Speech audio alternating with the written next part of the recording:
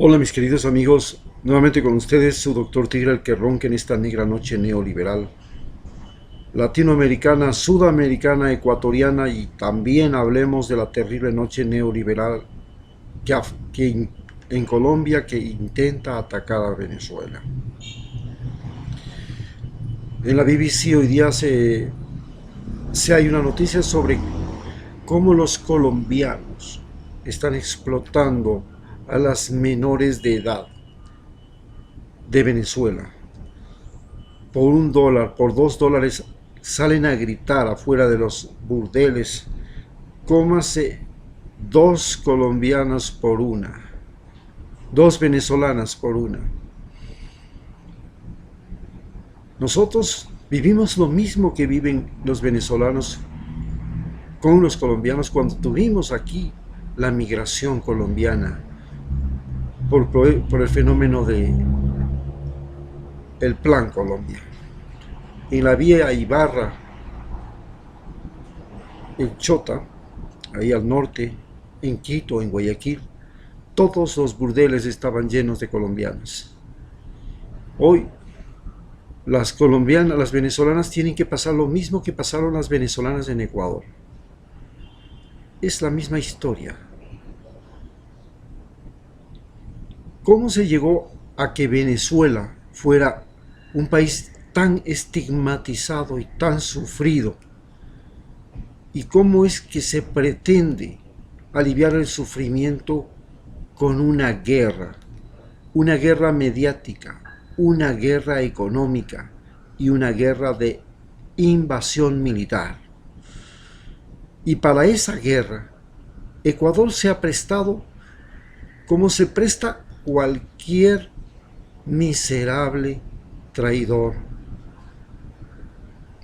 La historia de Ecuador con el presidente Lenín Moreno ha pasado a ser una historia vergonzosa. Hemos traicionado la libertad de prensa que la teníamos a través de la protección de Julian Assange en la Embajada de Ecuador en Londres. Hemos traicionado la unidad latinoamericana a través de la desaparición de UNASUR. Hemos traicionado la solidaridad con Venezuela, un pueblo latinoamericano, un país latinoamericano como lo es México, como lo es Uruguay, como lo es Colombia, como lo es Perú y como lo es también Bolivia. Nosotros nos hemos unido con los agresores de Venezuela, Estados Unidos. Le hemos ofrecido todo. Julian Assange, les hemos ofrecido no bases militares, les ofrecimos el Ministerio de Defensa entero, se los entregamos para que vengan asesores norteamericanos a decir qué es lo que tiene que hacer cada soldado ecuatoriano. Y vienen cada 15 días, se quedan aquí, disfrutan de todos los placeres en Ecuador y luego se regresan a los Estados Unidos. Eso es lo que somos ahora. Un pueblo y un país servil. Que Venezuela, que Maduro, que su gobierno ha producido toda esta hecatombe. Hay que considerar tres elementos fundamentales en esta hecatombe. La primera, sí, el gobierno de Maduro. Dos, el gobierno norteamericano. Y tres, los países latinoamericanos y los países aliados de los Estados Unidos. Todos se han juntado para crear en 36 millones de seres humanos la zozobra. Todo empezó con una declaración por parte de Obama de que Venezuela era un eminente peligro para los Estados Unidos. Podía sonar a nada, podía sonar simplemente a que era un comentario de un presidente, pero no. Cuando Estados Unidos hace el pronunciamiento como ese, todo el mundo está en peligro. El día que Estados Unidos dice que otro país es el que le pone en peligro sencillamente todos sus medios, que comprenden la guerra económica con el Fondo Monetario, el Banco Mundial, los aliados económicos que tiene Estados Unidos, sus presiones económicas a través de bancos, sus sistemas corporativos, sus manejos de la navegación, del sistema de transporte aéreo, su sistema de comercialización, que es el más poderoso del planeta, entra en acción. Cuando declara que un país es un peligro eminente como Venezuela, entra en acción su sistema mediático, de guerra mediática, y lo hace CNN, lo hace BBC, lo hace Deutsche Welle, lo hace EFE, todas las agencias de los países aliados, y todos ellos pasan a influir dentro de los medios de comunicación masivos, que son los grandes medios, los dueños de América Latina. Y todos los grandes medios tienen dueños que tienen residencia y libre acceso a los Estados Unidos. En el caso de Ecuador, hasta hay un individuo de apellido González que se ha tomado 2 de los canales de televisión. El canal del diario El Comercio y la red Telesistema, y tiene más de 30 canales en toda América Latina.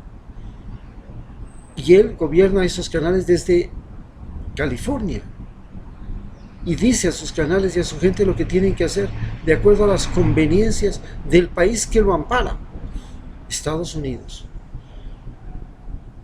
Se vive la guerra mediática, y anoche, cuando me reunía con los muchachos de la universidad, hablábamos de que son muchachos de periodismo que están naciendo en la guerra mediática y donde tienen que obtener un título profesional para ser o sicarios de tinta y de imagen, o ser protectores de la información real.